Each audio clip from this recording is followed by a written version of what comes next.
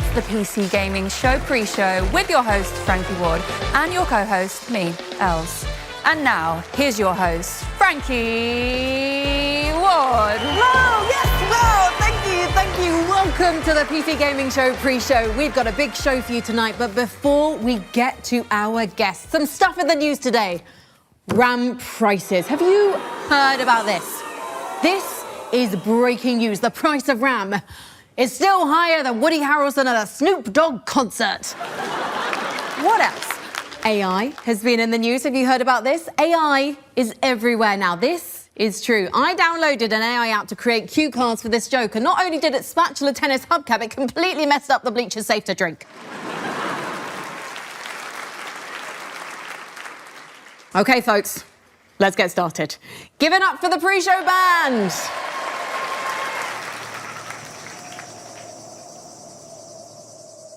What a band. Did you guys get up to anything wild this weekend?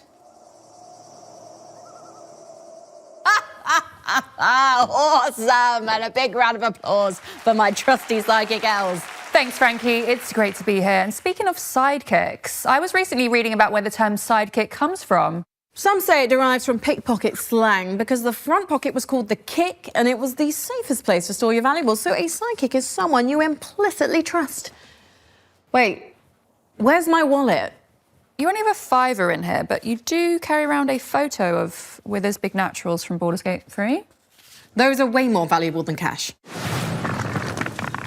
Let's move on. Our first guest you know from games like In Other Waters and Citizen Sleeper. Please welcome Gareth Damian Martin. Hello. Gareth, lovely to see you here. I think the last time we probably both saw you was at the BAFTA. Yes. Congratulations on yet more nominations for Citizen Sleeper 2. Yeah, no awards, but 2 nominations. So that's 6 total, so I'll take that. Honestly, I think the nominations are all you need, though. I know that's easy for me to say as someone who's never been nominated for a BAFTA. But it does mean that the peers have selected you, and games are so subjective. But also, games have always been this hybrid medium inspired by the likes of film, TV, theatre, and tabletop games. Why do you think, or what do you think the influence that tabletop games have had on the medium? Yeah, I mean, kind of all aspects of games, really. Without tabletop games, you know, we wouldn't have health points or experience points, any of these kind of formative structures. They all come from Dungeons and Dragons and early tabletop games. The idea of how a character progresses, or that a berserker should rage, and how rage works mechanically, and all of these like weird little things that we think of as kind of truths to video games, I think are kind of all drawn from tabletop games. Which aspect of tabletop games do you think that the gaming industry, or the video gaming industry, I should say, is overlooking and should actually adopt or learn more from? Really, video games' idea of what a tabletop game is still stuck in the kind of old days of Dungeons and Dragons. And I think that actually tabletop games are incredibly broad now and full of really, just like video games, full of strange, independent games and systems being made, all which are really, really cool and really interesting. And I think if you look at where tabletop games are, they're in this space where they're still in this kind of like burgeoning of genres and ideas constantly coming through. And so I think if games can bring a bit of that energy back, I think looking at tabletop games and kind of taking ideas from tabletop is a way of bringing that kind of way of refocusing on what's the experience the player should have, and how can we design a system that will fuel and build that. So being able to build the person you want to be in a game is something that appeals to you? Yeah, definitely, but also building systems that reflect certain kinds of experiences. Obviously, the most challenging thing about bringing tabletop ideas to video games is that in tabletop you have people in a room, and so you can say something and it becomes true. Yeah. And in a video game it takes years of work to make something true. Yeah, it's not possible if you want to make The Witcher 3 and you want to be, so you can have a custom character, and you also want to be able to have like infinite possibilities and all the quests, and they're all going to readapt. And of course that's not really feasible, but I think if you change the idea of the representative tools you're going to use in the game, so you might use text, you might use static art, you know, maps, all of these structures that are kind of suggestive rather than illustrative, I think then you can kind of start to achieve these things. Like in Citizen Sleeper, you know, you can find your path through the game, you can find your way to your ending.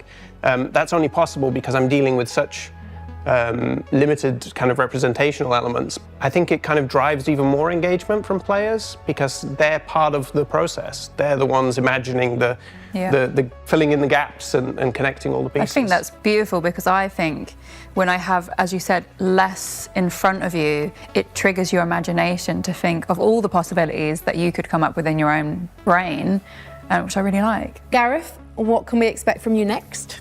So I am working on a brand new video game, another role-playing game as well, but I don't want to tell you any more than that because we are literally tens of minutes away from seeing the first trailer later on in the PC Gaming Show. I think, Gareth, you should sit here because you've just built anticipation for the main PC Gaming Show, which is my job and Elsa's job. So thank you so much for joining us on the show today. If you want to see what's coming up from Gareth, then stick around for the main show.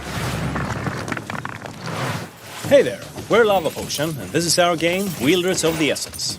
This is you, a small frog on a big quest. And you have a friend, who's an egg. Together, you're taking this village from puddle to paradise. But hordes of enemies are standing in your way, so you'll need troops at your side. And magic. Good magic. So, how do you get troops and good magic? Well, after every run, you build and unlock new troops, spells, and also improve your skills. Then you get back into the fight. Wielders of the Essence is an incremental, base-building horde survival game. The demo is out right now.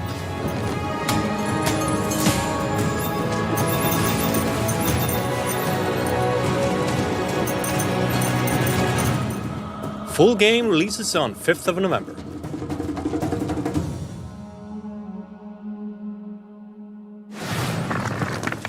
Frankie, what's next? Well, we've got another guest joining us from his well-earned retirement after completing a storied 25-year career in video games, spanning Stardock, GameStop, and Night Dive. Please welcome Larry Cooperman! Larry, we've got so much to talk about. How old were you when you actually entered the gaming industry, though? You were heading into your 50s. I was a very young 45 when I took the first job, and I was 58 and shall we say between things when I was rescued by Night Dive. So. And what made you want to get into the gaming industry? Was it literally playing Wolfenstein 3D in 1992? Was that the moment you went, I will someday work in this industry? It wasn't until towards the end of 2000 that I received a newsletter from this company in Michigan called Stardock. You published many games at Stardock. Yes. Was there one that you were particularly proud of? Did you always want to publish something you wanted to play, or did you have to always see the bigger picture, see the other players? During the time of Stardock, the really important game and the biggest hit was Galactic Civilizations. And then afterwards, we partnered with Ironclad and did Sins of a Solar Empire. But the game that resonated with me, and it's really obscure, was a game called Lightweight Ninja. But the reason was both of my children found it wonderful, found the character wonderful. When you moved on to Night Dive, so that's where you were last working? Yes. Until your recent retirement. What was the most difficult game to remaster? Probably the toughest game, and one that we did the best we could with was Blade Runner. Part of the reason for that is the source code was lost and could not be found.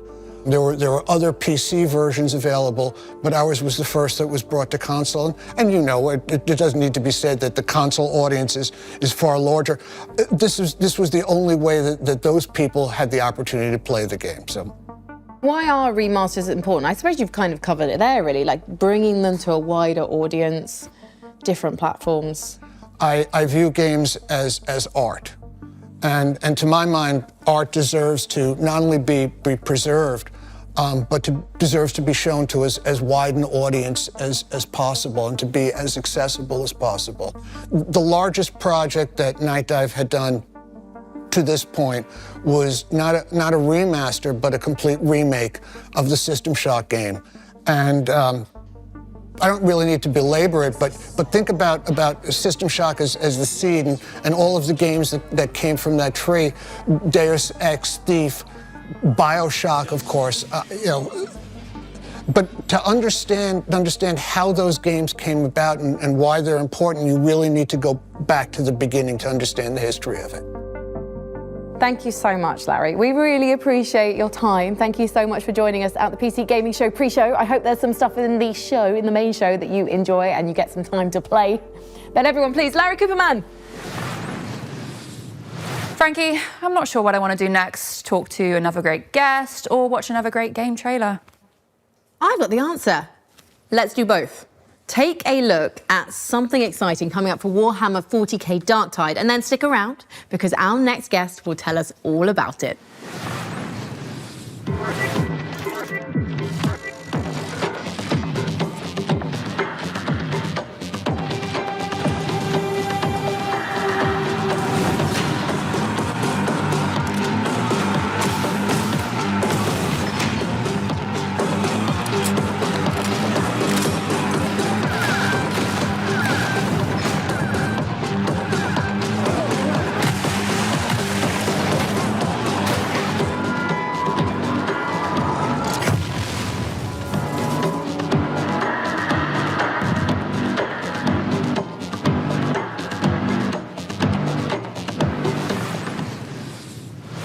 Please join me in welcoming one of the foremost minds in chopping rat men and blasting chaos cultists, Fat Shark's Victor Magnusson. Hey, come on in, Victor.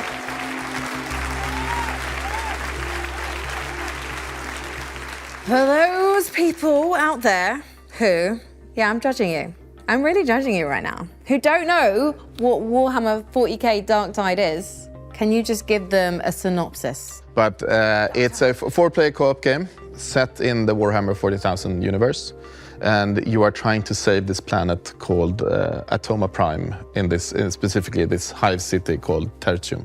It's a mix between melee and ranged combat, and you fight a lot of enemies. So, Victor, I know the fans are very happy with you right now because you've just announced a new class coming to Warhammer 40k Darktide. Tell us all about the Skitarii. It's been a fan sort of want from all of our fans for a long time. They got really upset with us when we released the last class that it wasn't Skitarii, but now it's coming out, so they should be good. How does this new class complement others in the game? So it's very sort of broad and very open, and you can sort of spec it out exactly like you want to. So you can fill a lot of different roles in the game, which is cool. Where previously other classes were more sort of specialized at maybe one or two roles. So this has a broader scope, I would say. You guys are known for making co-op games. Yeah. What do you think makes a great co-op game?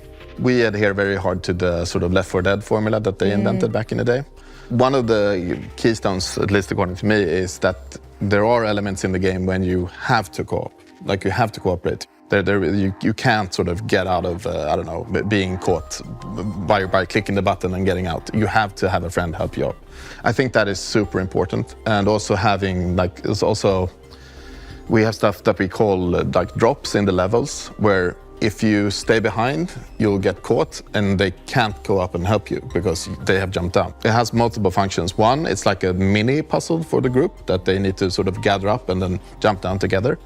But also it tells the players that they know that they're on the right way. And what gave Fat Shark the confidence when co-op games weren't being released as prolifically to stick with that style of game?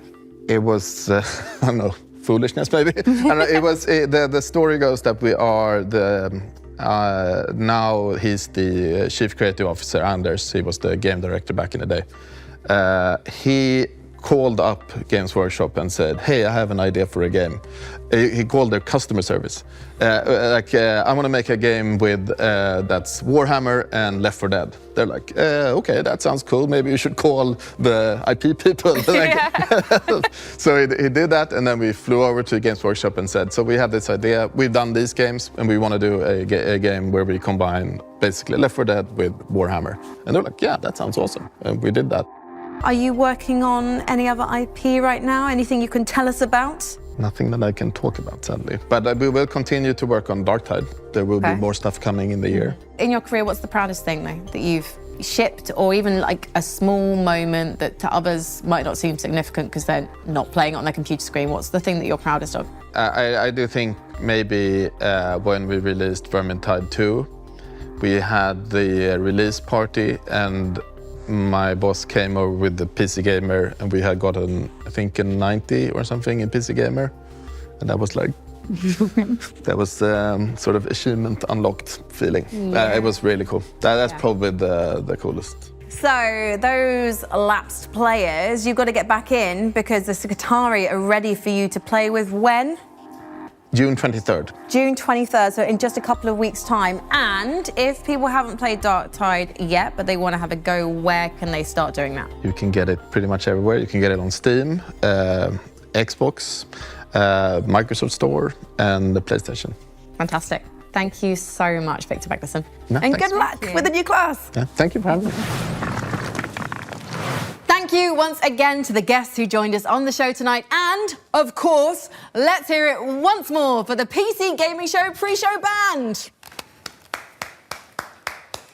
You do know they're not a real band, right? That classic Elle's humour. Most of all, thank you for joining us here at the pre-show, but stay tuned because the PC Gaming Show is just moments away after one more big trailer.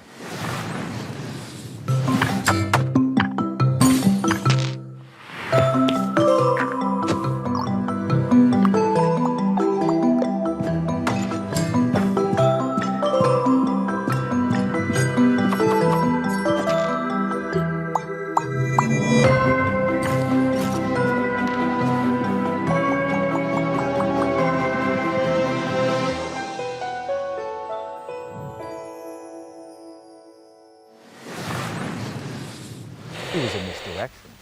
I think the whole dang thing was spaceships! I didn't even know a horse could muck somebody. Why does a horse want my wallet?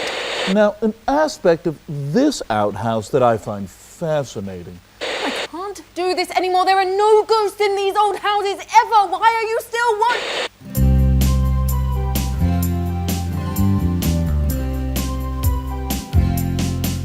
There was a PC gamer whose name was Sean. He worked as an architect all day long. And then there's a gamer whose name was Mica. She works as an architect in Topeka. There's Frankie the architect, Frankie the architect, Jacob the architect, Jacob the architect, even the alien is an architect.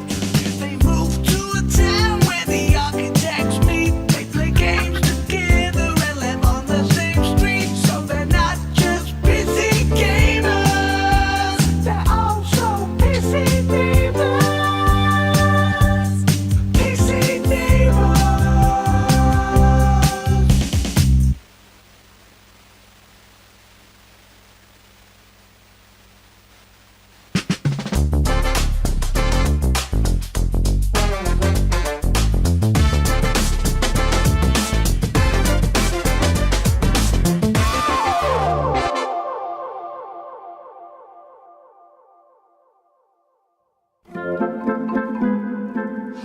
Wow, it sure was a long day of doing architecture for me, Sean Plott.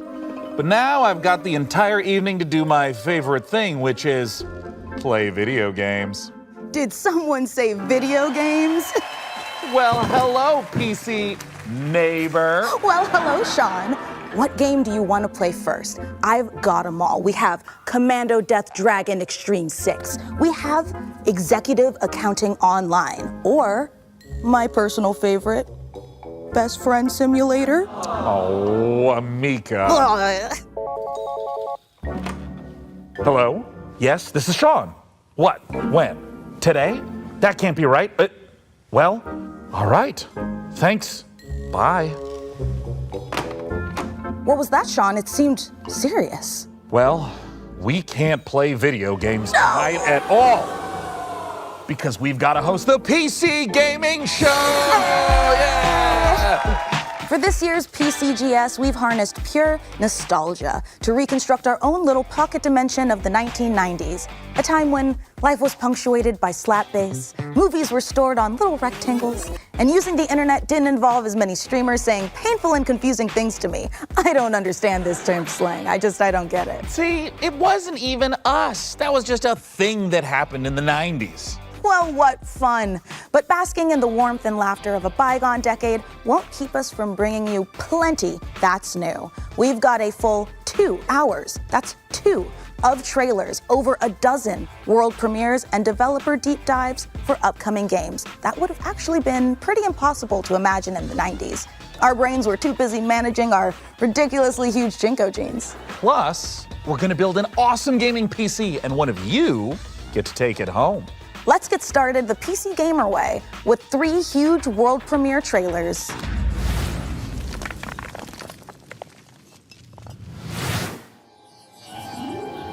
With every step, we boldly explore the unknown.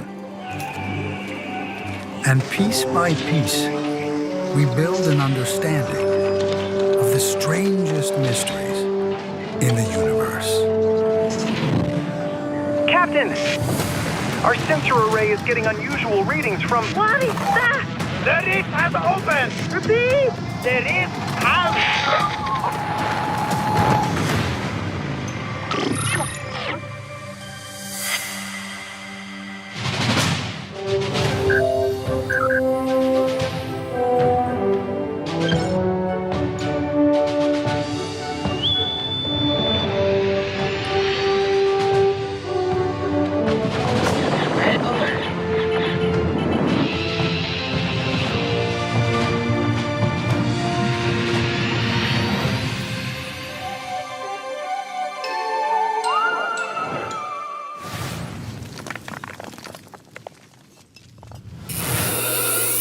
Welcome to 95, the start of a new revolution.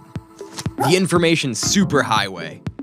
A world ruled by the transistor, where power is measured in hertz and bytes.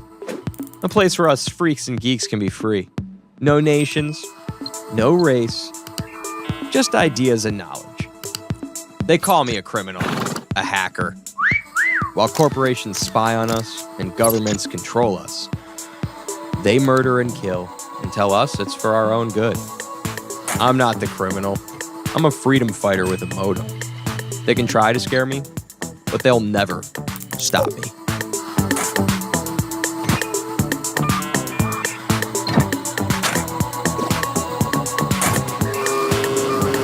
Axiom Systems takes very seriously any attempts to hack, infiltrate, or otherwise illicitly access our servers. Should you be found to do so, we will not hesitate to apply the full force of the law.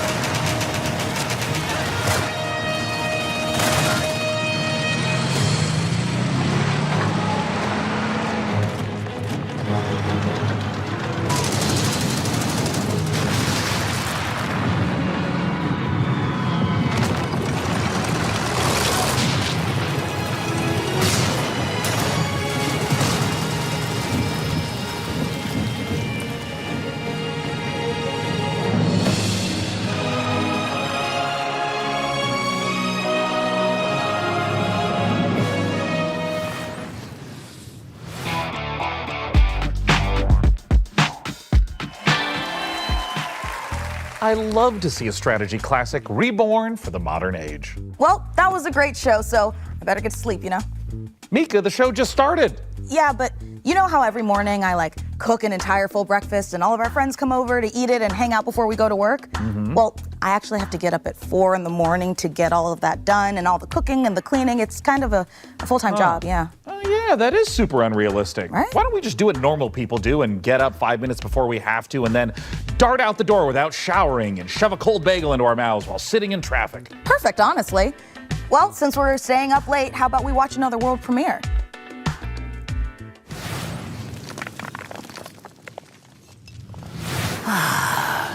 Willkommen, mein Liebling. I am so proud of you. You could have turned back, but you didn't.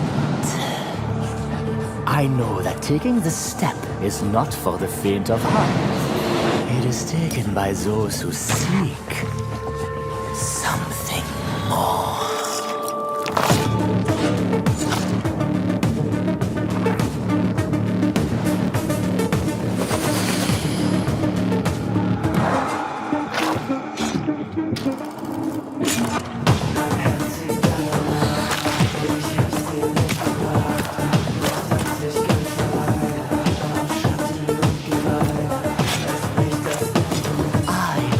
Give you purpose if you accept the sweetest kiss of all. Listen up, you donut. I'm gonna test you on everything it takes to run an arcane restaurant. If you want to earn a mithril star from legends like Guy Fawkes, Julia Cragchild, and me, Gorgon Ramsay, then take my advice. You need to cook up tasty combos, hire the right crew, and stand tall in the face of cosmic horrors. If you think you can take the heat, get in that kitchen and show me some magic. Don't just stand there like a troll turd. Play the demo.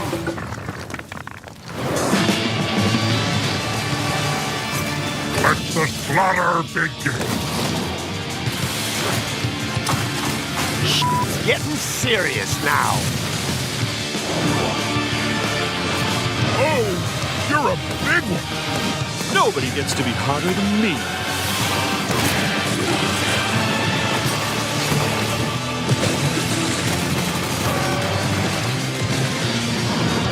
The pain is about to start. Let's fight.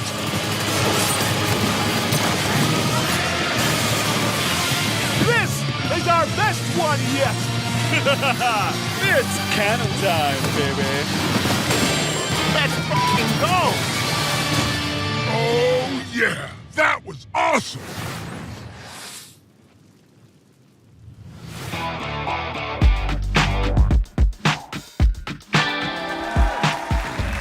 Oh, I've missed Serious Sam. It's lovely to see he's still in good shape. Well, 6 shapes to be precise.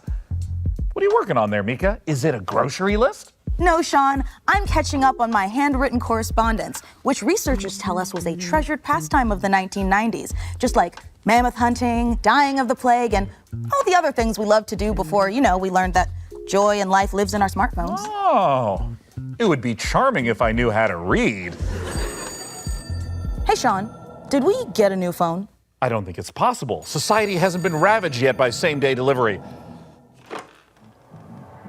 Hello? Am I about to die? Oh, I'm just messing with you, Sean. It's me, Frankie. Oh, hi, fellow PC gaming show host Frankie Ward. But wait, aren't you busy filming the hottest late-night talk show of the 1990s? Oh, Sean, you should know that no veils can obscure my piercing gaze.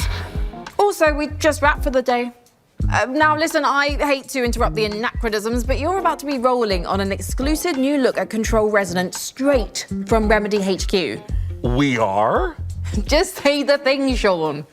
All right. Here's an exclusive new look at Control Resonant straight from Remedy HQ.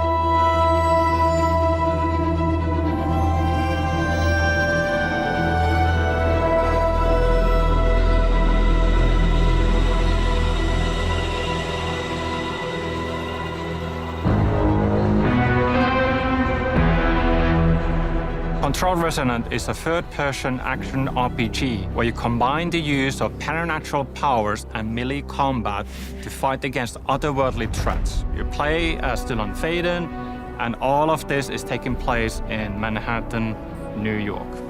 In the first game, the whole game took place inside a place of power called the Oldest House, in this kind of a brutalistic architecture environment. With the sequel, that whole thing is kind of broken open.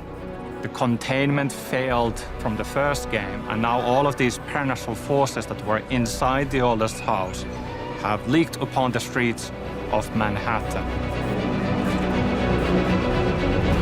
There's a new threat affecting Manhattan in our game. It's called the patterning, and it is basically taking what is already there and restructuring and reorganizing it with this strange, otherworldly algorithm. And the resonants themselves are often found in this epicenter or this focal point of this localized patterning. And it becomes more than just the creature design. The bosses are almost married into the surroundings and into the scene, so they get patterned into the world. And it is not just a gimmick. The patterning is at the very core of the whole experience, so it touches all of our themes.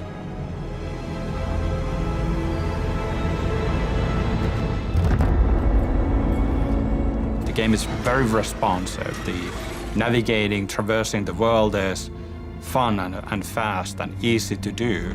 For instance, we have the shift ability that allows you to access these different gravity anomalies. We have the 90-degree gravity shifts, we have 180-degree gravity shifts. Very minimal UI elements, but everything that looks like a walkable surface, like a ground, floor, road, anything that looks like you should be able to walk on this is a gravity anomaly. We do have some spaces in the game where every wall you see is actually a gravity anomaly. And you get into this really mind-bending sequence where, yes, you kind of lose yourself a bit as well, but you kind of react to the immediacy of the situation and so on. And then it becomes part of your natural way of moving through the world. Incomprehensible in one way, but once you kind of get it, you just get it. So the combat changes from range to melee. I would say on level design side is a lot more about designing like what kind of enemies, how many of them, and thinking of like some interesting environmental things you can do in the combat spaces. Like these things that create variety into the combats. We do have more enemy types than we did have in Control, so that definitely helps.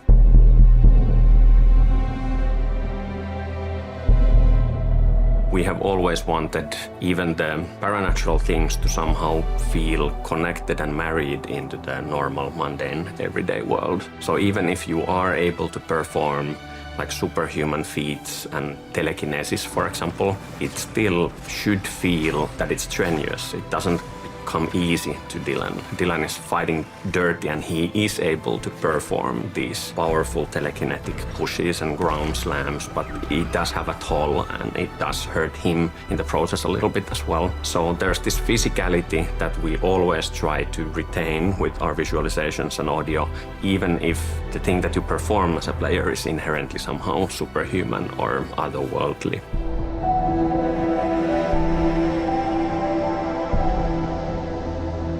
When you take these different elements, these different pieces, the enemies, the shifting environment where gravity has gone bonkers, what you can do with your melee weapon, the supernatural abilities, we create this really interesting sandbox, and you feel like you have all the means to improvise. I think it's unlike anything else.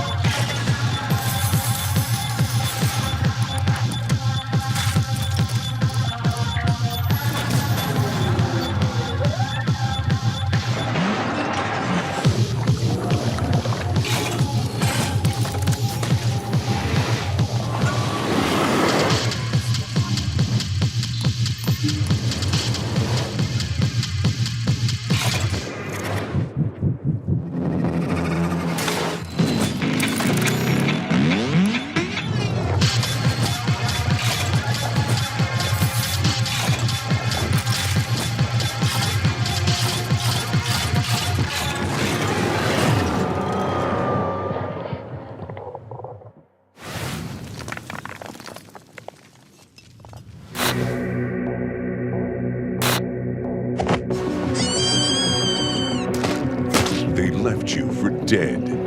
They buried the truth. Time for revenge. Puncture targets. Cause distractions. Disguise yourself. Use anything as a weapon. Hunt with your friends or by yourself.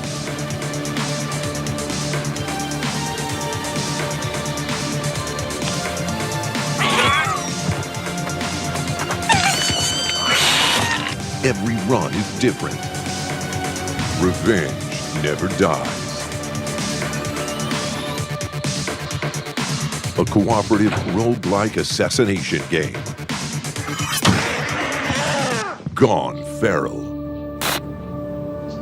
Wishlist on Steam now.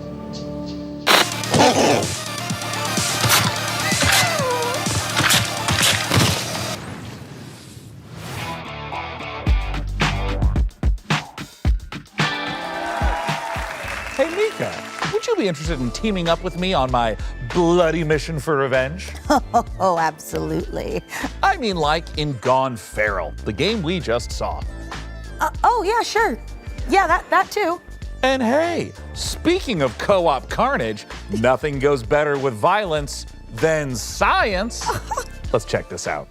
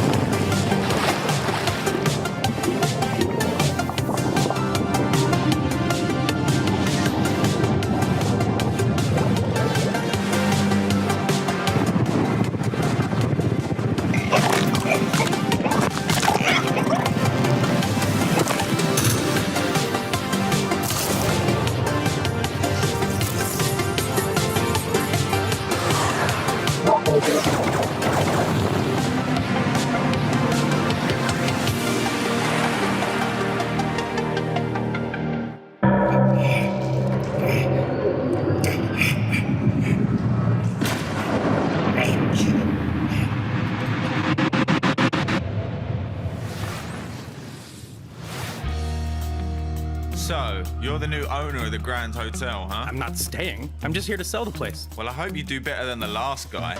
He disappeared, you know. My father? Yeah, I know.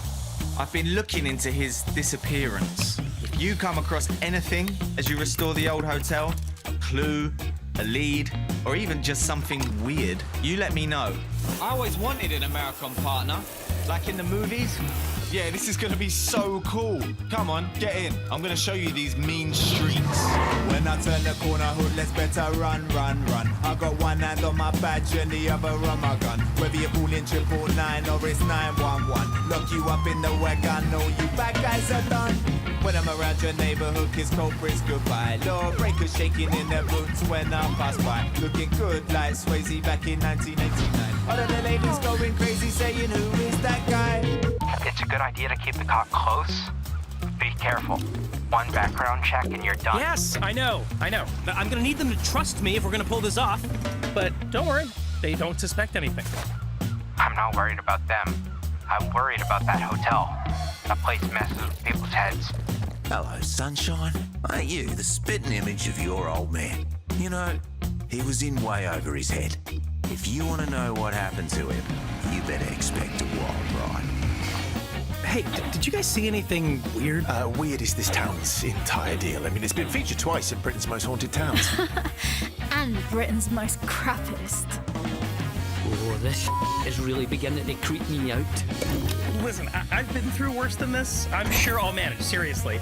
It doesn't look that hard. One of these days I'll show them something.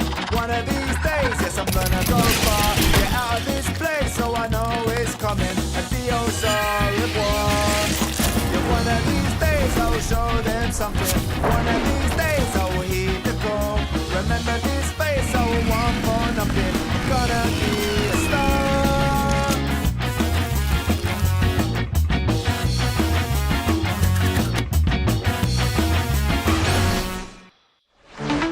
Hey! Ha!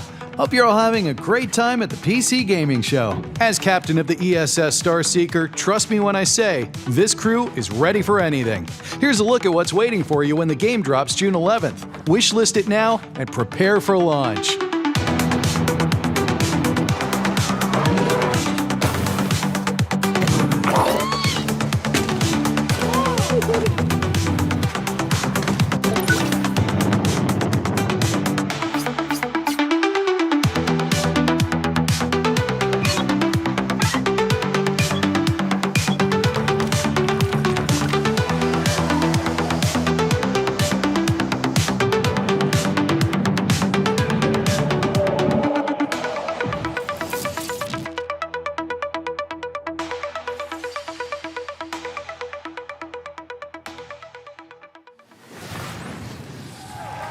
We'll be checking back in for a sit rep on that Starseeker mission later in the show.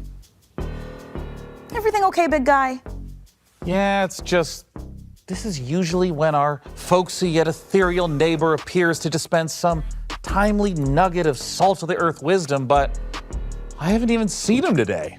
Well, last time he was here, he said he was building a shelter to survive the dying millennium, and we're gonna be devoured by electronic demons of our digital excess or something like that, you know? Is that a good thing? Well, it seemed to work out okay. Great! Yeah. Because we're nothing if not digitally excessive. Let's see some more previews.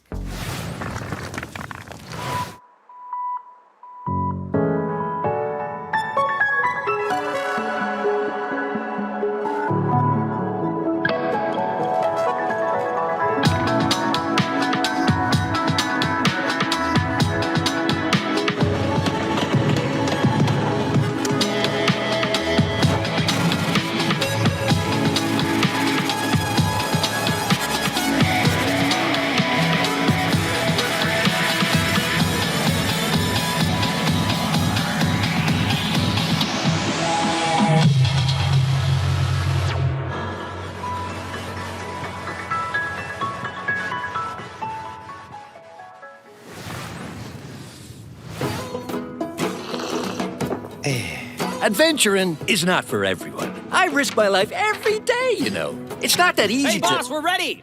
I call dibs on that goblin with the tiny shield. Yeah, sure, but don't interrupt. So I spent years developing tactics. Like now, it's all about offense against these greasy goblins. You see? I can do this in my sleep. It's really all about knowing... Enemy reinforcements, boss!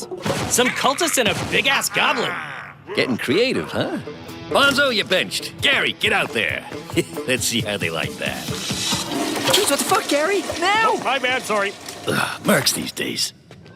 Hey, boss, they're chanting and the big one's going berserk. Oh, Gary, move! Oh, but it's not my turn. No. Ah! Oh, my arm! Oh! Oh boy, that's not good. We need a meat shield? Oh, I get to pick? Well, then Jenny. Fuck you, Clive. Maybe you're the meat shield. Shut up! I'm talking about the prisoner. Okay, buddy. You take one for the team. Now, Jenny, use the terrain. Don't dodge, don't dodge, don't dodge. Yes! All right, Gary. Payback time. Finish him!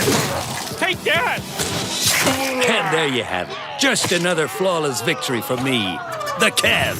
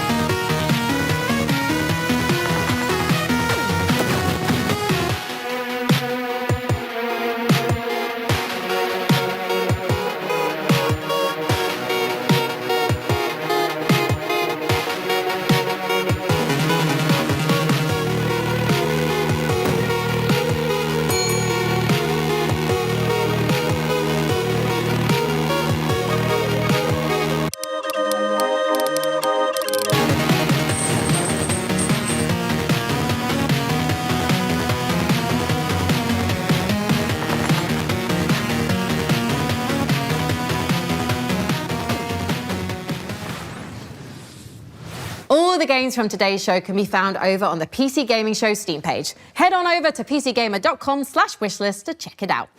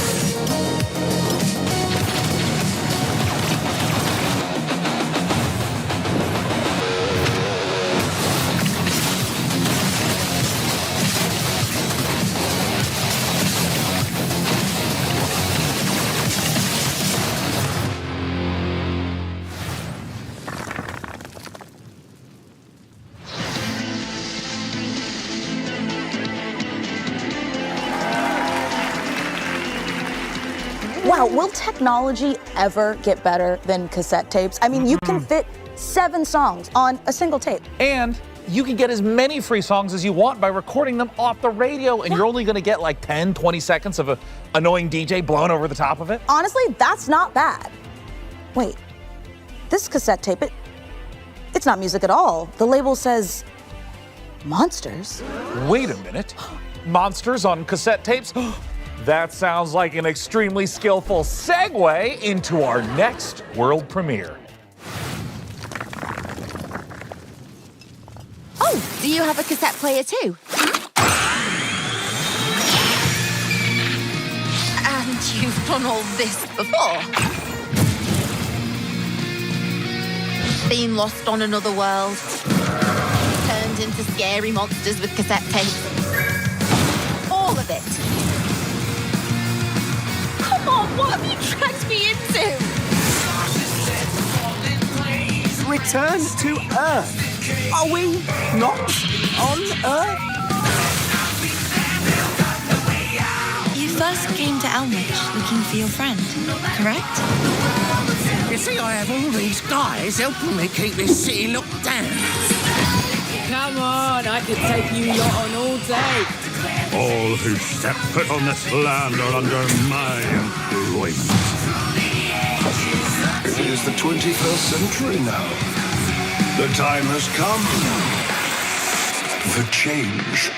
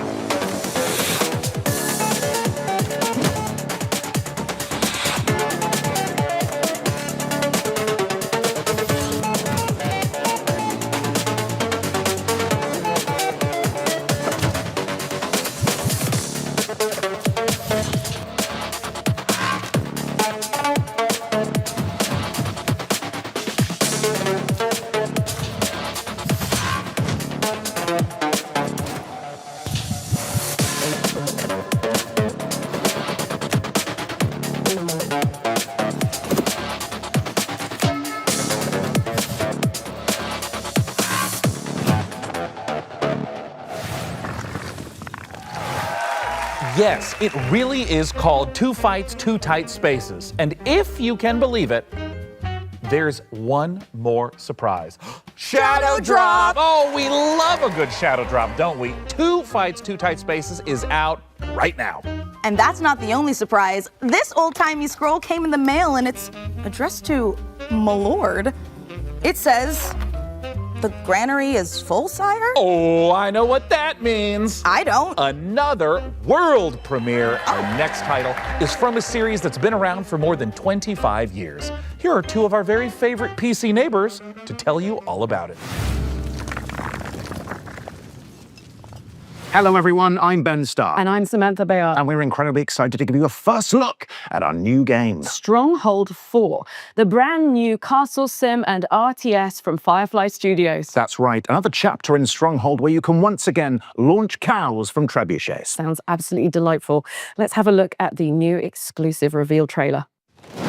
Welcome to Stronghold 4, my liege. This town has seen better days, but I'm sure you're up to the task of bringing the place back into splendor. Might I suggest next placing some farms to feed our population? Food stocks are back up again. We can train soldiers and build defenses to prepare for further bandit raids. My bow calls. My sword is needed. Just me and my little pitchfork. That's a nice thingy Bob the church has there. What's going on with the cows? It's my time to shine. This inferno is punishment for our sins. A huge invasion force is marching on the castle, my liege. Another village taken, then. Make no mistake, I'll keep fighting. Hell with you.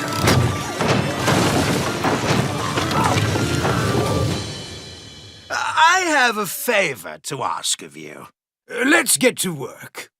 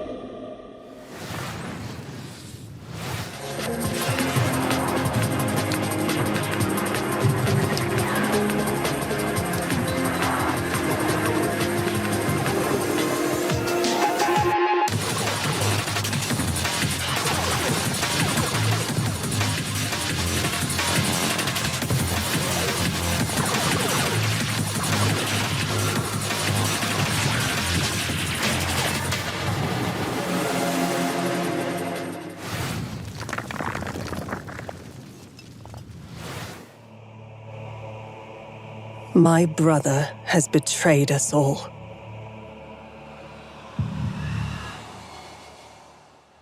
His legendary Knights of the Round Table have all fallen prey to corruption, or have simply disappeared.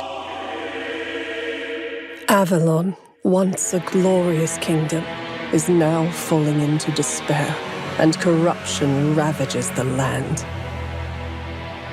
Thus, I have created the legend of the Twilight Knights. For salvation will not come from a single knight, but from many.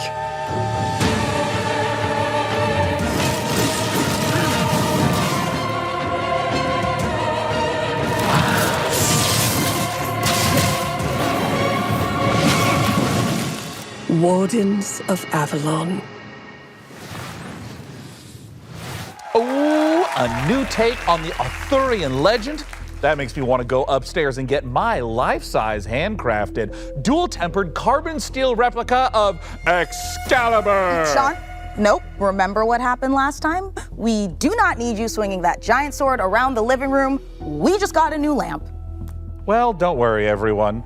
I promise I won't do it. See, I said I wouldn't. I don't know why you would think otherwise based upon my tone. Look, our new neighbor's rooster sure makes a racket, but I've been thinking it must be worth it for some of those farm-fresh eggs. First, roosters don't lay eggs. Second, that was an elephant. Wait a minute. That's an elephant. Do elephants lay eggs? Oh my God. Can you imagine? The omelets you could make would be massive.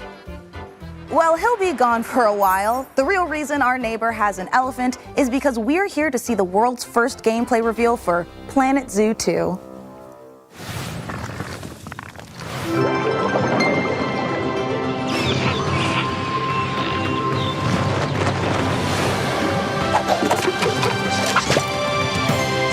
Welcome.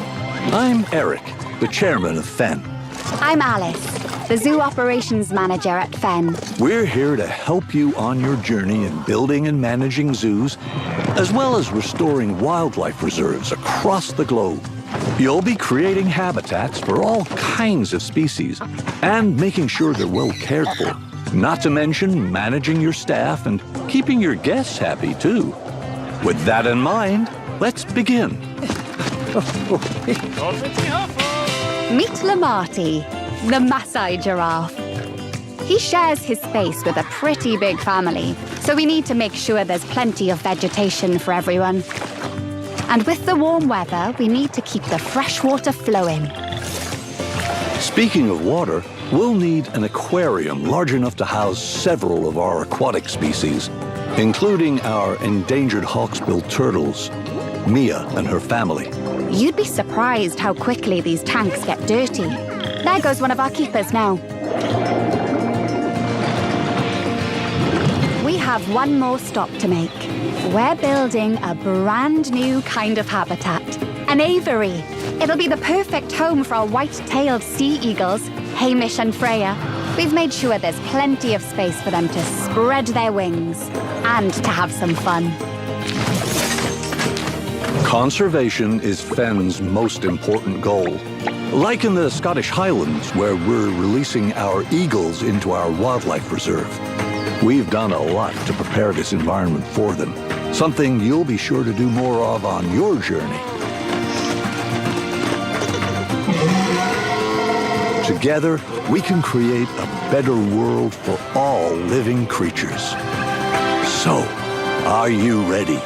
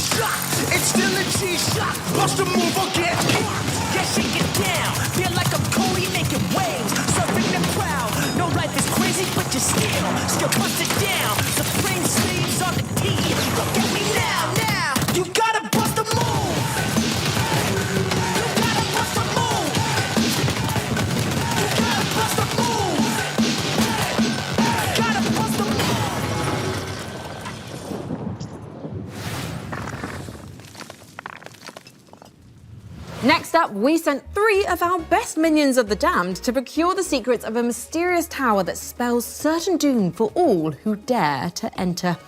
I'll miss those minions.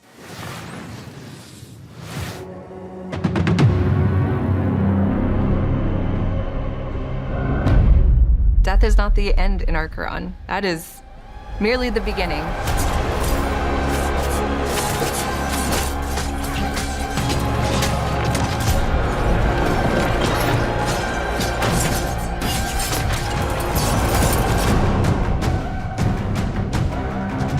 Archeron is a top-down isometric game where you play as an Echo and you find these very powerful items. And then you play as a team of 3 to ascend in this very dark fantasy, hauntingly beautiful tower.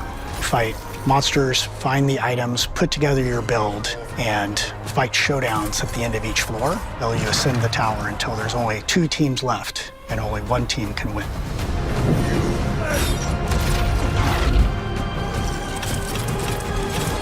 Your whole goal is you start with nothing. You want to go get items to form your build on the fly.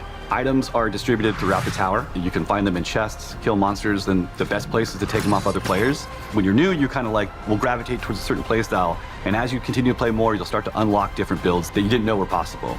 I think the item system is designed to have people embrace the play style that they want. We don't have traditional roles, so we don't have a support or a tank or a DPS. You're all kind of on an even playing field, but you can lean into playstyles. You can lean into a ranged build or a hybrid build or a dive build just on the fly, what you uncover. We want you to land and feel the tension of trying to get items quickly, knowing that the fight is coming when the beacon spawns. This place shows us who we could have been, what we should have been.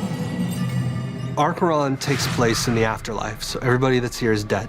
The only way you arrive in this place is if you've died with some kind of unfinished business. So everyone here has something unresolved that's kind of pushing them forward. Our characters are all called echoes when they first arrive, and in their chests they have these things called anchors, and that's where their memories live. They're almost pebbles in the filter. They're stuck there, they can't escape. The anchor represents a memory or an emotion of unfinished business that they have from the living world. So it gets them stuck halfway. They cannot let go of the thing that happened to them in the living world. Everybody starts out with one memory, and it's just one piece, and it could be a sense memory, it could be your mother's voice, it could be just a thought. And from that memory, the echo goes into this tower and tries to figure out who they are, why they're here. And we always say that the answer is always at the top, so that's why they climb the tower.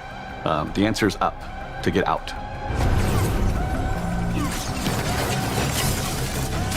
Players have affected a lot of changes over the years now for us, but the biggest thing we got on our Next Fest feedback was the player gap between training and Ascension. They were really awesome at helping us come up with the idea of Spires. Spires is kind of a arena-based 3v3 where you can climb up a spire and have like a run where you have 3 attempts before you fall to the bottom. So big goal there is lots of repetition with our items in combat to get you familiar with how pace of the game and how combat plays, so that when you go to Ascension, you're prepared. You know, Ascension has a different vibe to it. It's more methodical, it's paced out, there's lots of decision making, where you loot, what items you pick up, how you and your team synergize against other teams. As they get into it and understand combat more, it starts to open up, the combat creativity really starts to shine, and I think they'll get used to the pace and hopefully have a blast. It's so smooth. The combat is so fun. The kind of like team play that I've seen coming out of it it's insane. Players generally have a play style. They either like to go full eternal, meaning 4 pieces of the same set that we know synergize together, we've built to synergize together, or get a little wild and do a shattered build. Get 2 pieces from one set, 2 pieces for another, and kind of see how it goes together. But it's very personal play style. You get the benefit of 2 set bonuses with Shatter builds. You get the benefit of the Eternal ability if you do full Eternal. When you fall in combat, there's so many ways to come back. You can be revived at a shrine. You can go and pick up your friend if they're crawling around on the floor. Then there's this totally clutch moment that happens sometimes where you've died, the beacons are there, somebody runs to a beacon and all the way up to the next floor, and then you're revived again, and you get to start all over, pick your stuff back up, dust yourself off, and get back in the fight.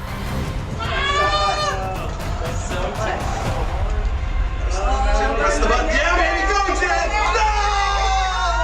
Grandma. Come on! Oh, and Grandma wants to heal. Grandma wants to...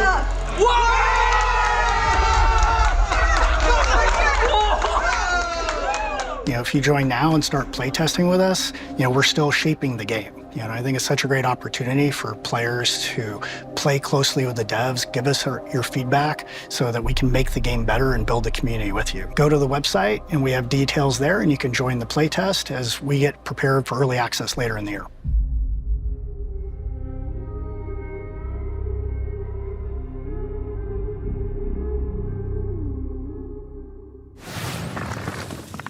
The Great Tower of Archeron summons you and 2 of your finest battle-hardened companions.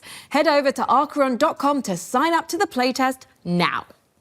Speaking of worldly entities, this next trailer is sure to send a chill down your spine. Ages come and go. Yet mortals never learn. Foolish enough to challenge me. Only to see me rise. Deadlier, bloodier, thirstier. You'll never defeat my army, nor conquer my castle. We're cursed to fight, night after night, for all eternity. For my master. For her.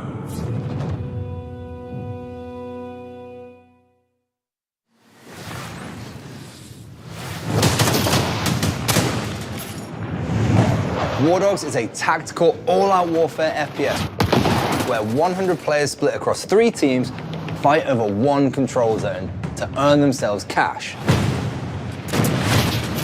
What makes War Dogs unique is this underlying persistent economy. Every life you spend in-game cash, building your own custom loadout, purchasing whatever equipment you want to suit your playstyle. You then earn cash by performing any team play action in the zone, such as spotting and killing enemies, reviving and healing teammates, driving or piloting friends to the control zone, or building bases and even resupplying and selling items to other players. Anything that helps your team win earns you cash, with profits from every game banked into your account to spend in your next match or next time you play. Investing in better equipment is risky, but the right choice at the right time can yield massive returns. With this unique cash system, 100 players fighting across 3 teams, destruction, base building, playstyle freedom, with unlimited squad sizes and proximity chat. 46 Northeast.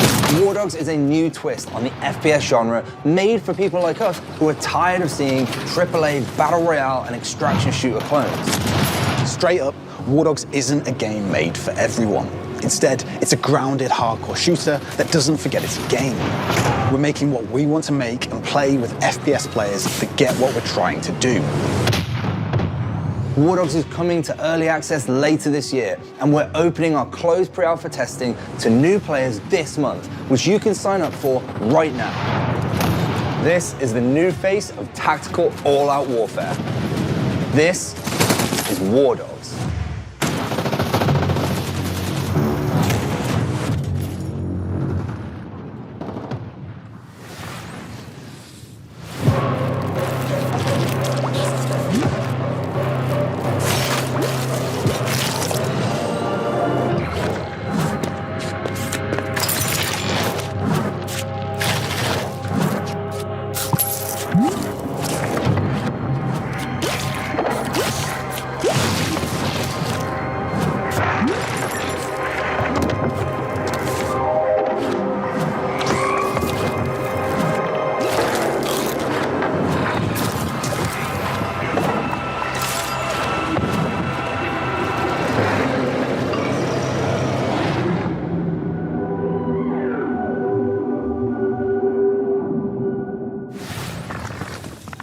Why just defeat your enemies when you can cook and eat them? Shroom and Gloom puts the fun into fungi and the guy into fungi too. You know, now that I think about it, yeah. It's true. Yeah. And trust me on this.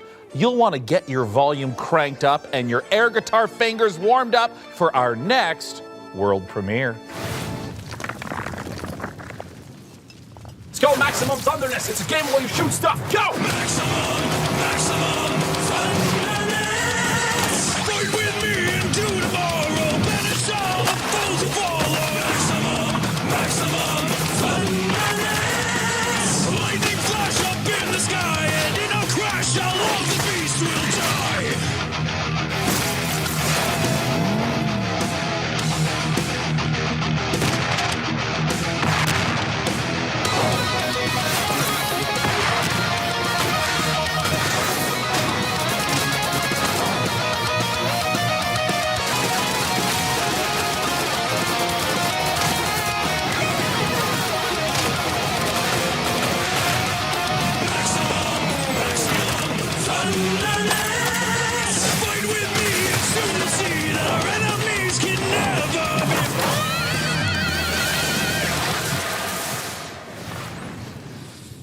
Welcome to the prestigious International Space Station Ares.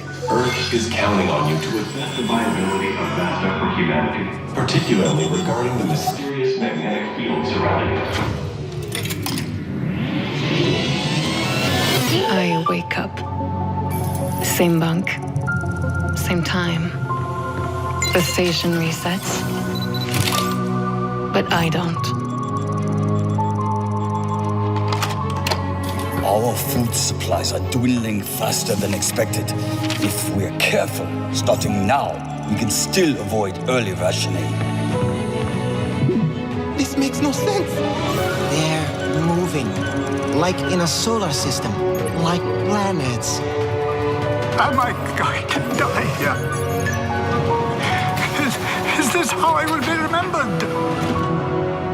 It is all connected somehow.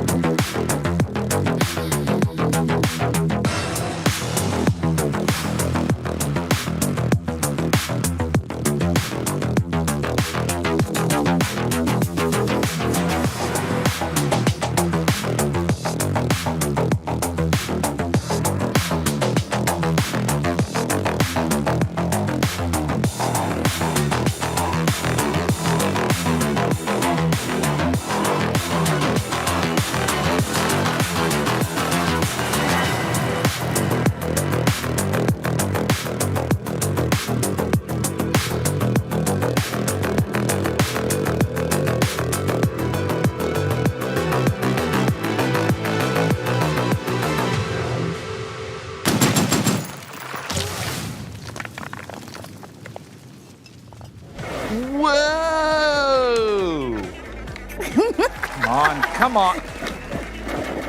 One time.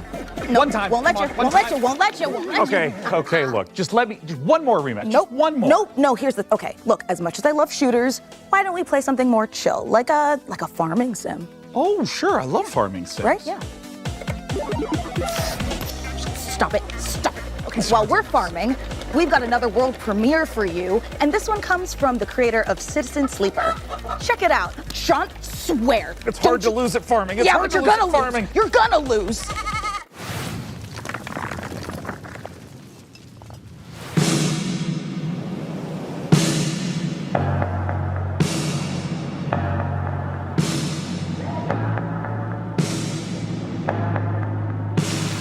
Trickle down back like a rat. Don't you know I used to live here?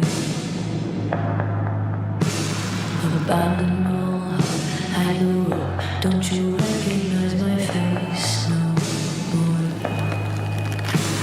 I've abandoned all hope, crack a joke. Don't you recognize my taste no more? Here's how. Time moves slow. I don't grow old. I grow unrecognizable.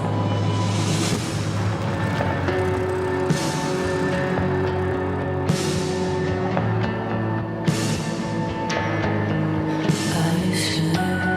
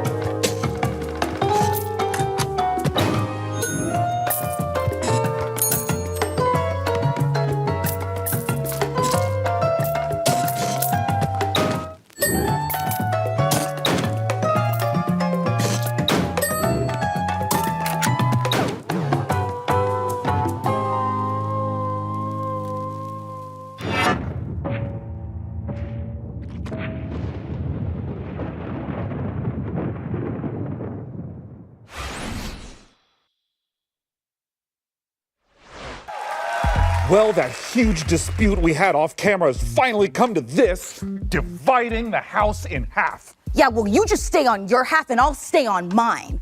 Although I think we established we're neighbors, not roommates. Fine. Fine. Good. Good. Oh, one of our PC neighbors must be at the door. Yes, it's me, PC Gamer's Jacob Ridley, and I'm definitely here and not being edited in at a later date and time. Oh, neighbor, you're always so full of sage wisdom and useful advice. Can you help us solve our dispute in time for the end credits? I think I can help. You know, sometimes your parents have to tell little white lies to spare your feelings. It doesn't mean they don't love you. Take it from me, high school can be a tough time for teenagers, especially in the age of social media. I think the script got a rewrite before they filmed Jacob's neighborly wisdom scenes. Yeah. Remember, sometimes the reason a bully acts that way is because he's a real dick. Just a straight up piece of Okay, well, none of this is helping. Do you have any advice we can actually use? Actually, I do have some great advice on building a custom PC. And as a bonus, you can win the awesome gaming rig I'm going to build for you today. Sure. Thanks, Jacob.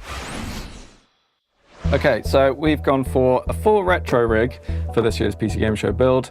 And yeah, this is a sleeper build, so effectively, I mean, it looks kind of badass, but you know, it looks old, it looks beige, it looks like it's from your, parents' house in the 90s or early 2000s. But inside, it's actually a 9950 X3D, 5080, brand new AM5 motherboard, 32 gigabytes of DDR5, 6,000 megatransfers per second. We haven't skimped on that this year because of the prices, so you're welcome there.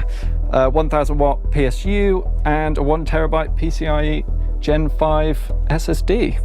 and of course an Arctic 360mm cooler. So yeah, sleeper build, doesn't look it, but this thing is an absolute beast. And don't forget to head over to pcgamer.com/survey for your chance to win this seriously cool piece of hardware. Oh, and when you're done, head over to pcgamer.com/wishlist to add all your favorite games from today's show to your very own wish list. Back to you in the studio.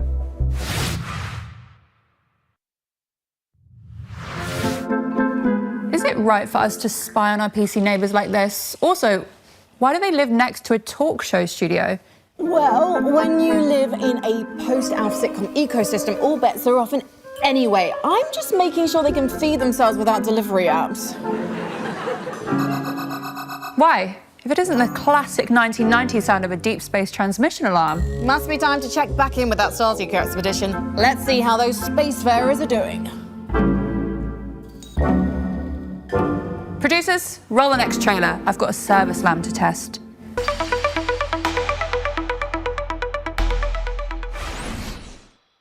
Hi everyone, I'm Edward, creative director at Ludogram. We're building Ascenders Beyond the Peak, a turn-based exploration roguelite about a team of climbers hunting ancient artifacts in mountains that hunt back. And the higher you climb, the more you realize something else is hiding up there too. Every expedition starts long before the climb. You build your team, develop your headquarters, and choose which peak is worth the risk. Your team is connected by a single rope. You're never just moving a character, you're managing a chain of consequences. And sometimes, saving the team means leaving someone behind. The mountain is your weapon. You use gravity, terrain, and the environment itself to survive, with 9 classes that each interact with it completely differently. And its inhabitants will make sure none of it comes easy. Between climbs, your team recovers, but not everyone heals the same way. And what you bring back from the mountain will force you to choose between power and allegiance. The question is whether you'll make it back to choose it all.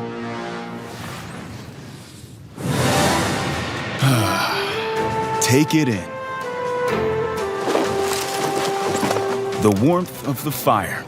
The smell of your hard-earned meal. The feeling of discovering a new land. This is what adventure feels like. So breathe deep. Savor this moment of peace. At dawn, you'll make for the ley line. And by this time tomorrow, you'll have made your sacrifice and harnessed the power of magic. Soon, there will be no limit to what you can achieve. Huh.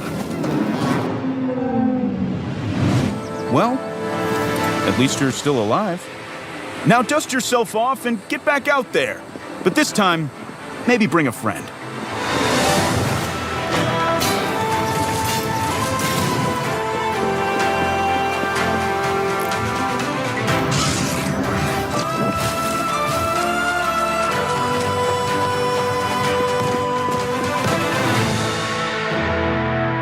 This summer, venture outward.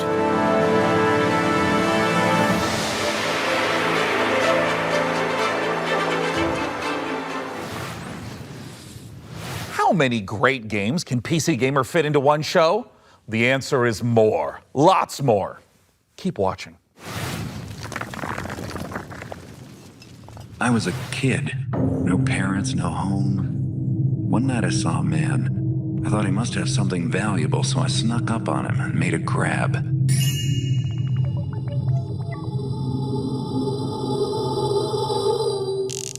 What was that noise?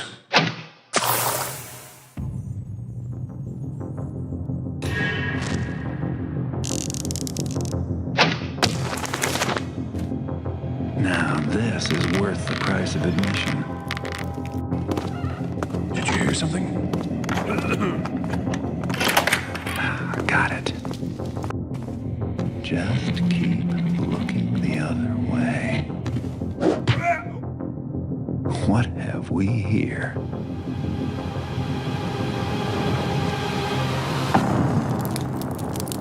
Huh. Not so secret anymore, is it? Joining me to talk about what we just saw, the remaster of Thief: The Dark Project, is the studio head of Night Dive, Stephen Kick. Thanks for joining us, Stephen. It's awesome to be here. Now, I will shamelessly say that Thief was one of my absolute favorite childhood games. I adore it. And for those who did not get to experience it back in 1998, what is Thief? Thief is an amazing immersive sim. It's first-person perspective where you take the role of a master thief named Garrett, and you're infiltrating castles, cathedrals, all kinds of wonderful medieval-esque environments, and you're getting wrapped up into this mythology and this conspiracy that crosses ages and time and uncovering secrets. Garrett is not a great fighter. He's very nimble, he's quiet, he's small. He can infiltrate, he can get into places that he's not supposed to be, but he's not really a good fighter. So you do have a blackjack and you can equip a sword, but it's not your best option. Yeah, it's mainly used to swing a few times and then run away and try again. When it comes to doing a remaster, I know that it can take many different forms. Some is just updating some of the art models, some is rebuilding the engine from the ground up. When it comes to Thief: The Dark Project Remastered, what's familiar but what's new? I want to kind of understand what players can expect. For any longtime fan of Thief, the game is going to feel very familiar. You're going to be going back to a place that you love. I hope you want to stay there. For new players, it's going to be an exceptional experience. It's going to run very smooth, 120 FPS, 4K, widescreen resolutions, all the wonderful quality of life improvements that you've come to know and love from a Night Dive remaster. And probably most exciting of all, we've got Steven Russell coming back to reprise his role as Garrett, as well as fan favorite Terry Brocious. All right, well, if you're someone like me that immediately has their curiosity piqued, where can people go to find out more information about what's next? NightDiveStudios.com is a great place to start. It's got links to all of our social media, but I would advise that you come and join our Discord channel. All of the team members are in there. We're very amenable, we're communicative, we're friendly. Come share your thoughts with us. Let us know what you want to see in Thief Remastered, and take a vote on what game you'd like us to do next. Both for Thief: The Dark Project Remaster and for all the great games you're seeing on the PC Gaming Show, don't forget that you can go to pcgamer.com/wishlist to keep track of all the titles right there. Stephen, thanks so much for coming out. We appreciate it. Thanks for the opportunity. And now, let's check out some more great games.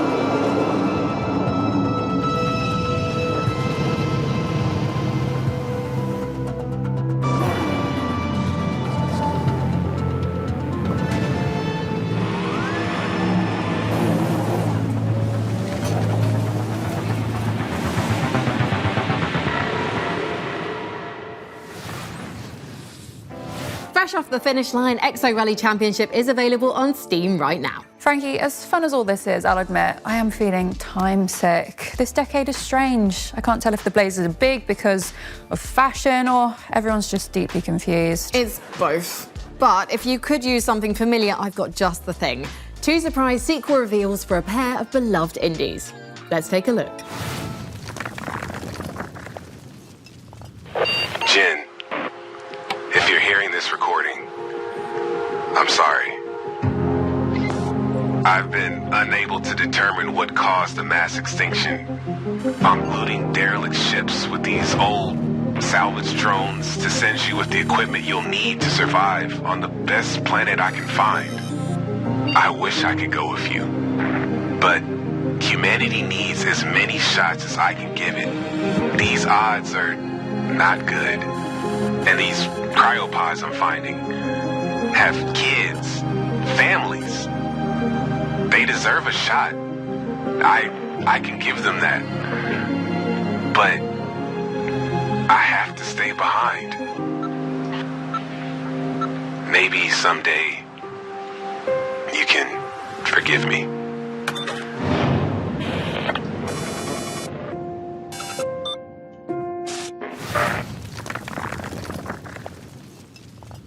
My name is James Savage.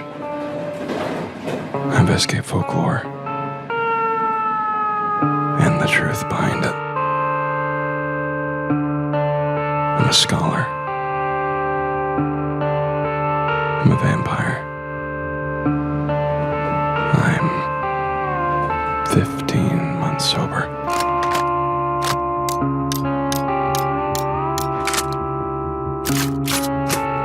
And 3 hours ago, my best friend buried me alive in the middle of the desert.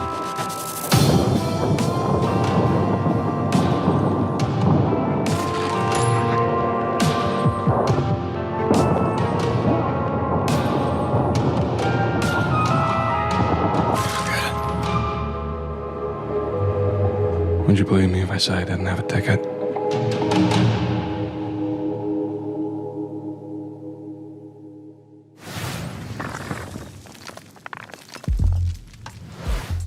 You mean to tell me they put a ball in there, but you're not supposed to play with it? It was a cruel age, Mica. Some of its sins are better left forgotten. Well, then let's look back to the future. Here's some more previews.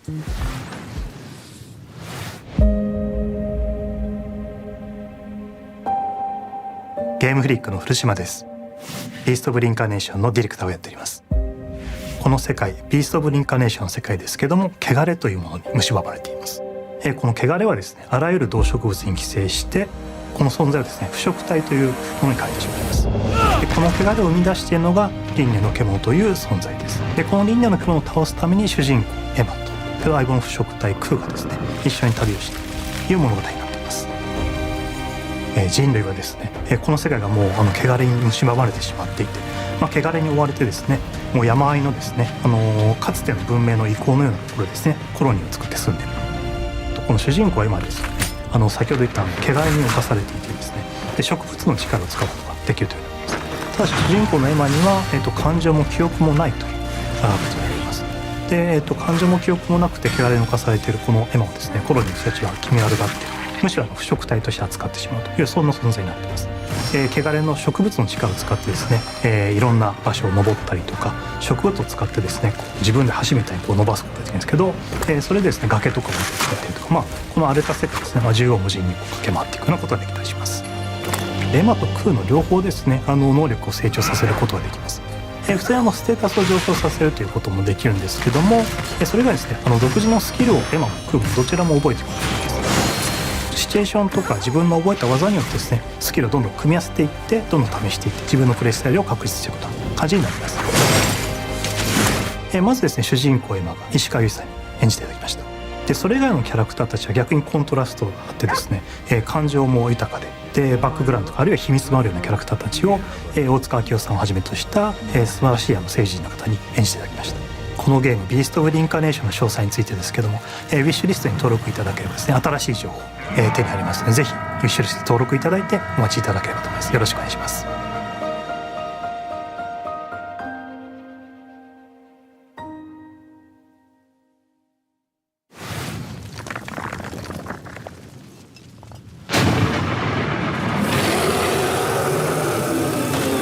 What do you truly want? The dead, under my rule, shall serve a purpose grander than your lives ever could. You pathetic creatures have no claim to this power. It is my fate to wield it, and yours is to kneel before my might.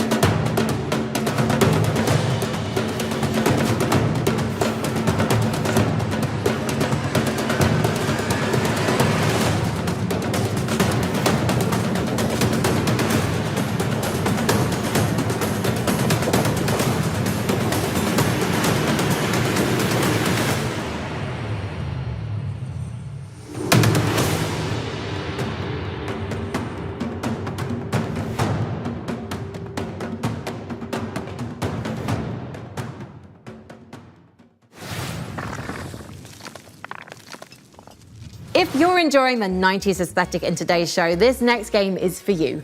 Grab some co-op companions and dive into some familiar-looking screensavers that are filled with new surprises.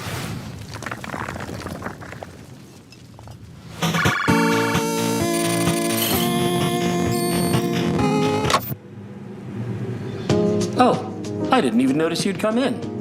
Welcome to System 6D. You've been hired, which means that in this training video, you'll learn everything about your new workplace. Work in our company requires expert-level skills in basic, built-in programs. But your primary responsibility at System 6D is testing our new products and identifying any possible bugs.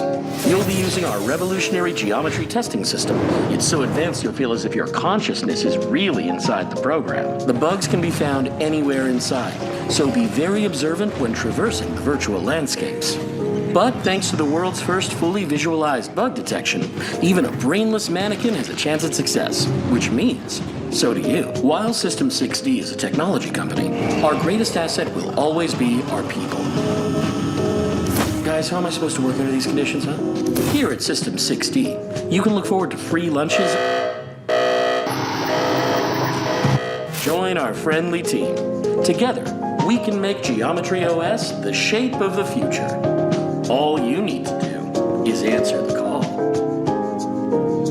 After all, we've already hired you.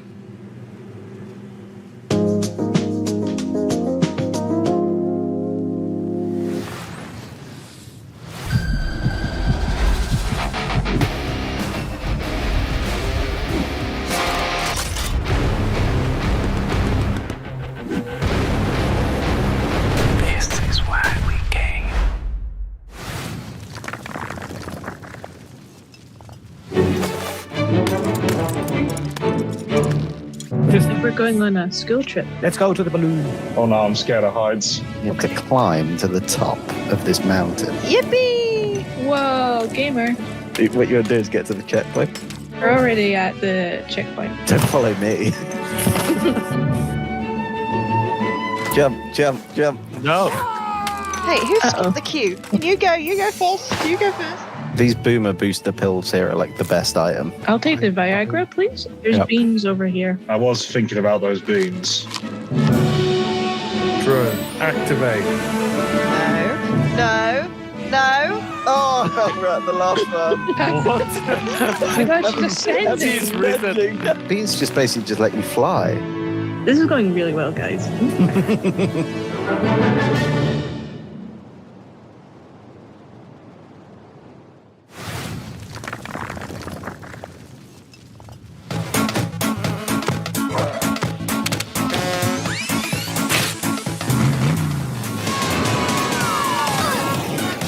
What is this? We're all each other's obstacles. Let's just put it that way. You know what? I jumped. You guys just let him throw you. Okay. You need to get the key. Thank you. Well, I'm guessing I got to color my part. I wasn't paying attention, to be honest. Oh, I don't remember what it looked like. Okay, let's do that again. I love you, but I gotta do something. You? Oh, kill me! Kill me!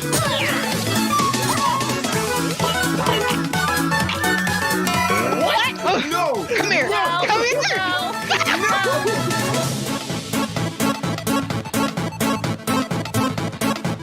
Y'all bunch of haters. Coming up, you'd better make some extra room on your wish list because we've got a lot more new game trailers to show you. Take a look. The ritual, an attempt to part the veil between planes. We break the pact. Now we are paying the price.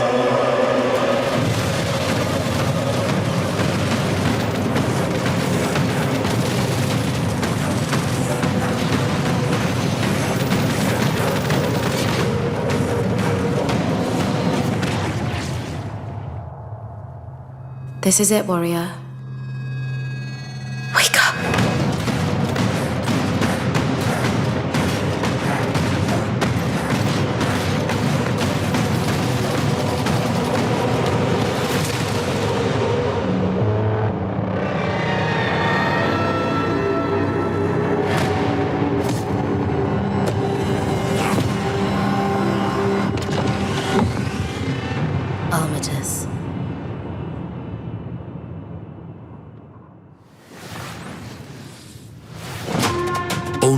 one man has what it takes to defeat this jungle. Nope, not him. Ready to dive, Cobra. Welcome to the jungle. We need to investigate Utara Village. Shut up! Is that too long? Nature in this region has become unstable. Now that is Sula! What can I serve you? Sula, meet this.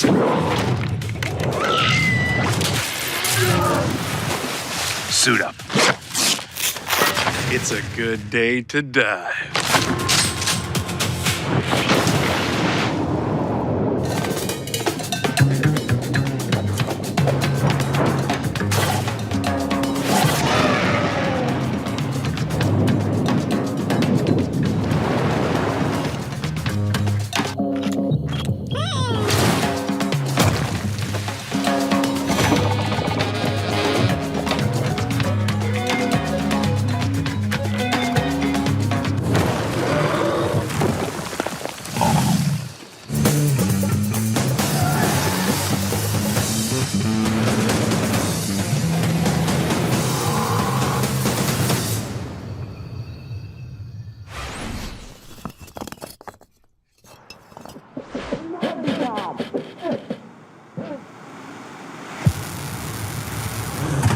Valmiina! Mene määränpäähän. Selvä! Käynnistä moottorin!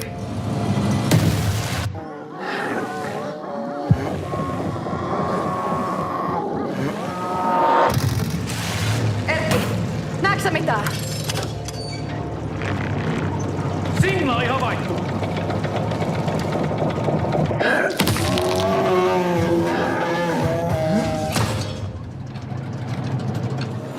Edetään rauhassa taistoon. Ladattu!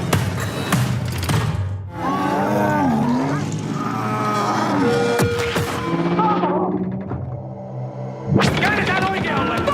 Ammus tulossa!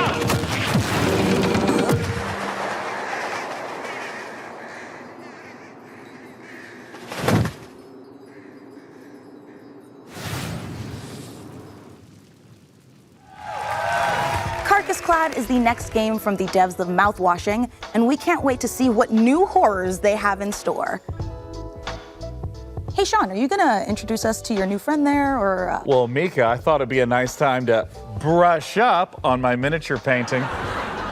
Thank you, I did deserve that. No, you didn't. But Sean, we're back in the 90s. You couldn't have picked a worse time. The world hasn't accepted nerds as a lucrative market yet. If you step out of this house with one Space Marine, just a jungle full of football captains will be waiting to tear you apart, just like they tore apart your Pokemon cards. Mica, What? I don't have a death wish. Listen, since we took a one-way trip through the time hole, I figure if I start brushing up on my miniature painting right now, then I'll be winning Golden Demons left and right by the time we age back to the 2020s. Hold on. What do you mean by one-way trip through the time hole? Sean, are we stuck here? I'm sorry, Mica, is that unpalatable to you? Oh my God, I'm gonna be sick. Hey, speaking of sick, we sent our intrepid PC gamer team to Creative Assembly's Secret Citadel for an up-close look at Total War Warhammer 40K. Here's the latest news from the 41st millennium. Why have you done this to me? There is no peace amongst the stars. There is only war. Total War Warhammer 40,000 is really like a marriage of IPs made in heaven. We create authentic worlds.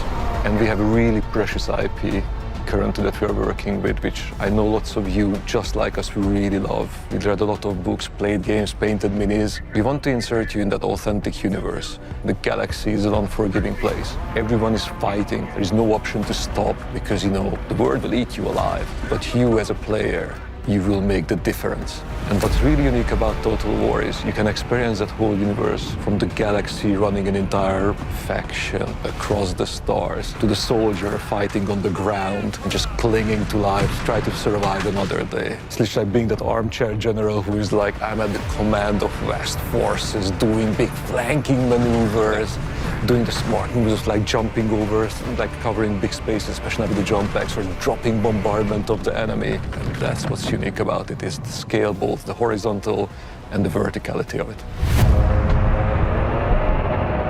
It's a big, vast franchise, a massive setting that's been around since the 80s, but luckily we don't expect players to know everything. We don't even want them to know everything. We have a brilliant onboarding experience. It's a very story-driven set of campaigns, and there was only one iconic location to start. Yes, it is Armageddon, the quintessential place that represents the fight between humanity and orcs. There are like larger-than-life characters, like one of my favorite ones is Yarrick, who, yes, we will have in the game. Well, don't forget his arch-rivals there too.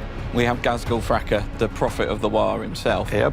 But it's that journey that's going to be the interesting one. Yeah, it's a path to Armageddon, yeah. The stakes are galactic, so you're going through between systems to systems, where the end goal, at least for the Orc and the Imperium, is definitely Armageddon. And Armageddon's certainly not where we're stopping.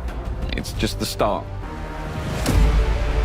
We're looking at all of the details of the different world types that are present in Warhammer 40,000. So we've got hive worlds, agro worlds, mining worlds, frontier worlds, and layered on top of that, we also have all of the different biomes. So we can have icy mining worlds, arid mining worlds. Ultimately, what we've done is we have created a planet-making system. There's two things we want to do with the hive worlds. One, we want to make sure that the planets themselves look like hive worlds, so that we have huge cathedral, very much like we're in a cathedral here, cathedral-like cities stretching into the sky, going through the clouds, and whole planet's surface covered in urban development. And then we want to make sure that the battlefields match the visuals on the planet. So one of the challenges, of course, there is like the staggering sort of architecture and scale and verticality, and then try and pull that into like a really engaging gameplay space. The sheer volume of potential lanes and routes. Building zones, traversable lanes, cover zones. We have some maps where your focus will be on sort of like navigating through these choke points and blasting apart areas to get a bit more sort of room to maneuver, or bring down a building on someone that's trucking along past. But then there's actually some pretty significant open spaces within them, like gigantic landing pads, and sort of the scale is so utterly off the chart.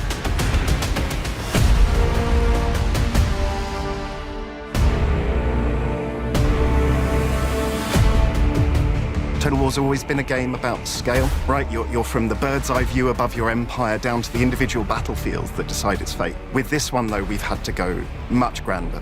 You're fighting across a solar system, right? Imagine you're looking down at kind of your ship's bridge at the hololith that's displayed. You're now deciding, which planet do I wish to assault? Which regions should I conquer to give myself the most strategic advantage? Every decision you make as a player is not impacting just your current turn, but it's impacting every turn that goes on afterwards. Those decisions, they stick with you, they follow you. It's not a linear path through, right? And also narratively, the decisions you make as an individual drive the outcome of the story itself and how that plays out. So even playing through with the same faction multiple times will yield a different experience for you as a player.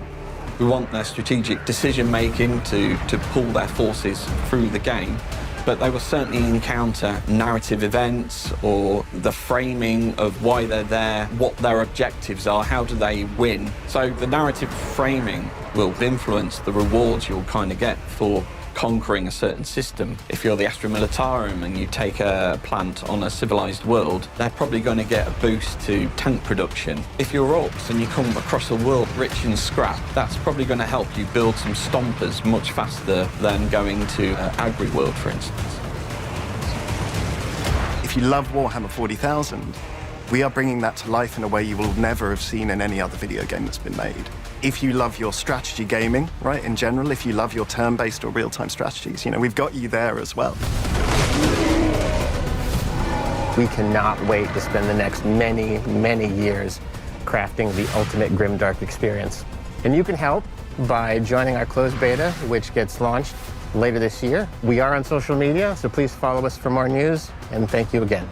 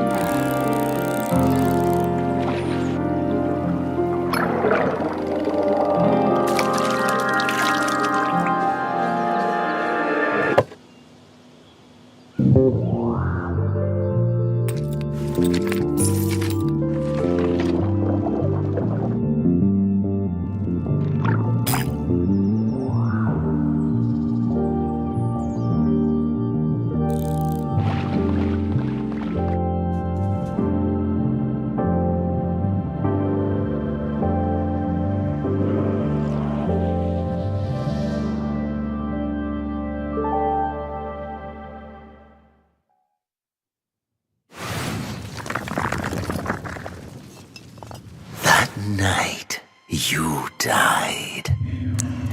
That night you became one of us. Many were destroyed. You were not. Staked through the heart, buried alive, abandoned in the deepest hollow of the Temple of Eternal Whispers.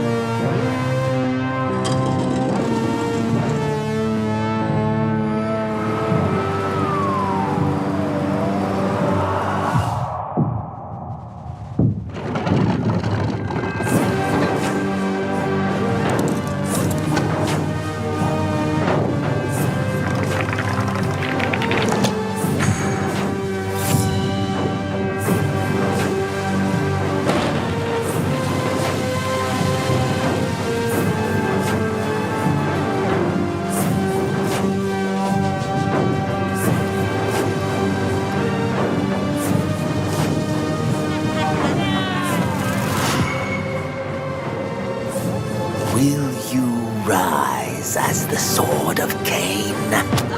Or will you piece together the shattered remains of your humanity?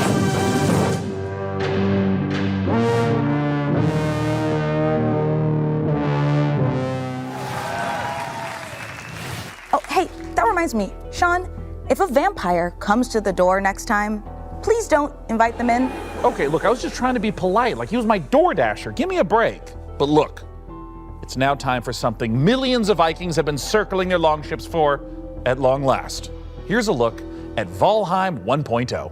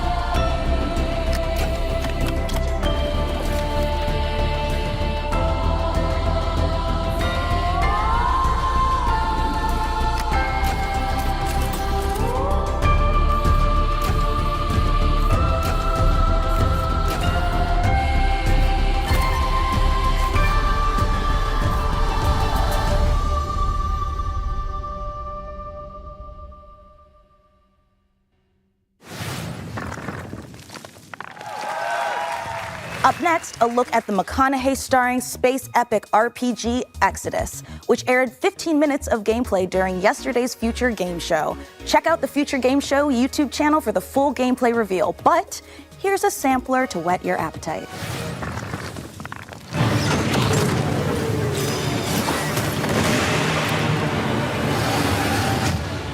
Hi, I'm Chris King, game director on Exodus. For those that didn't see the extended gameplay reveal on Future Game Show, here are some highlights. Exodus is a cinematic science fiction action role-playing game where you become the Traveler, leading a crew on high-risk missions across the stars. You'll journey to deadly planets, derelict ships, and the remains of lost worlds, facing relentless threats as you rely on your companions and the unique weapons and abilities only you can wield. You play as June Aslan, someone with a rare connection to ancient alien technology, one that may be the key to saving your homeworld. Along the way, you'll decide who stands with you, what risks you take, and what you bring back, shaping your path and the future you return to, where time has moved on without you. We also share a glimpse of Persepolis, where you'll return between missions. It's where you reconnect with your crew, prepare for what comes next, and see how your choices are shaping both your character and the world around you. This was a quick peek into the larger world of Exodus. To learn more, check out the full extended gameplay reveal.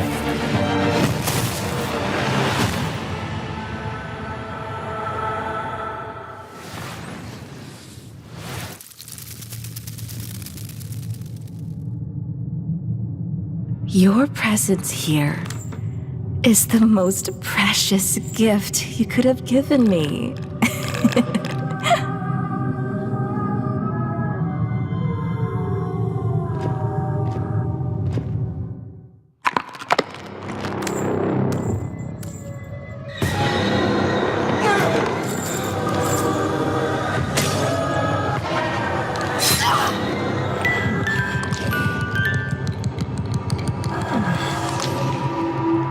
Don't worry, dear. I'll put you right in no time.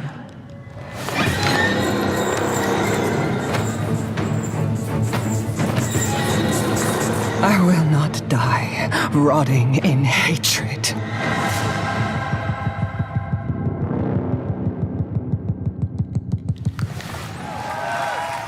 Red Nun's Legacy is the final chapter in the Remothered trilogy, and you can get caught up by claiming the last 2 Remothered games for free on Steam. Ooh, what a gift! Right? And while we're closing in on the end of the show, we've still got more to give. Mica. Yeah, Sean. Are you thinking what I'm thinking? Only if you're thinking of one last world premiere. Oh, you know me so well. Yeah.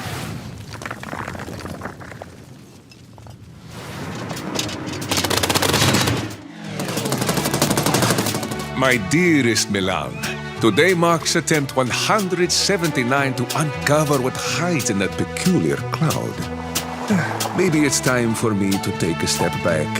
Let you run the delivery firm, huh? And Hermes misses you very much.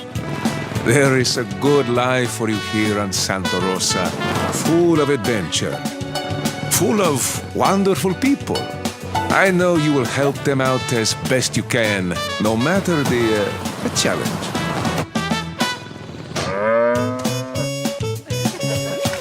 If I don't return, come find me up there. Signed, Uncle Umberto. And as always, take off into the wind.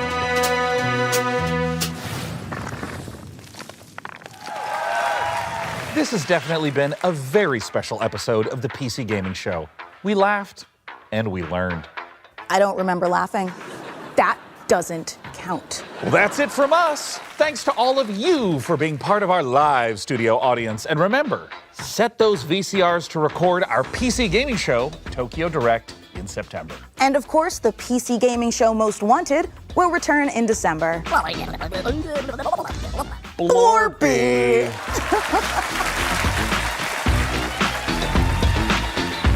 I need a ring.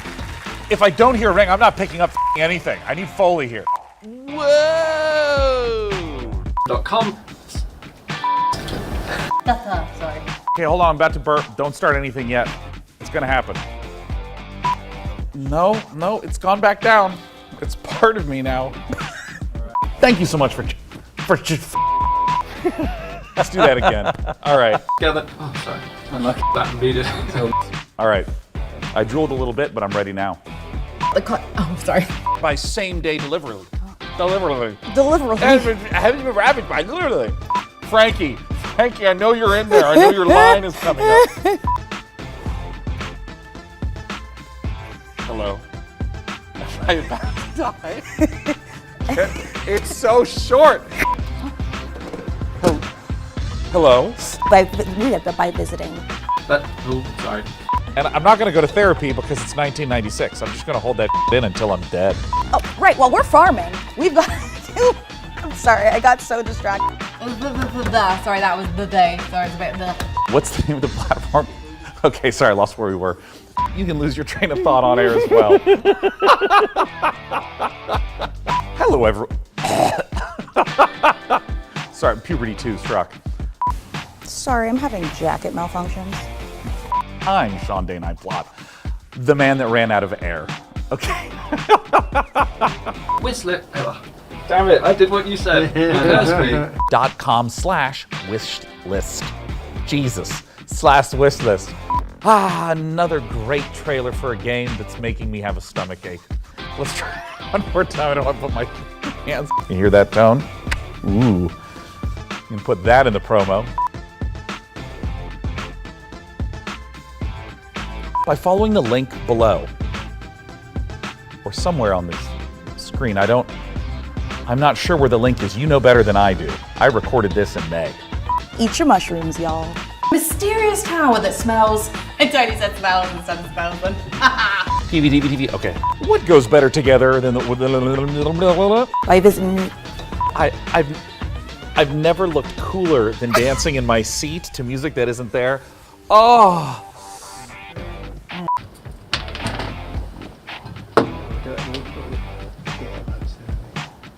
We'll see where that went.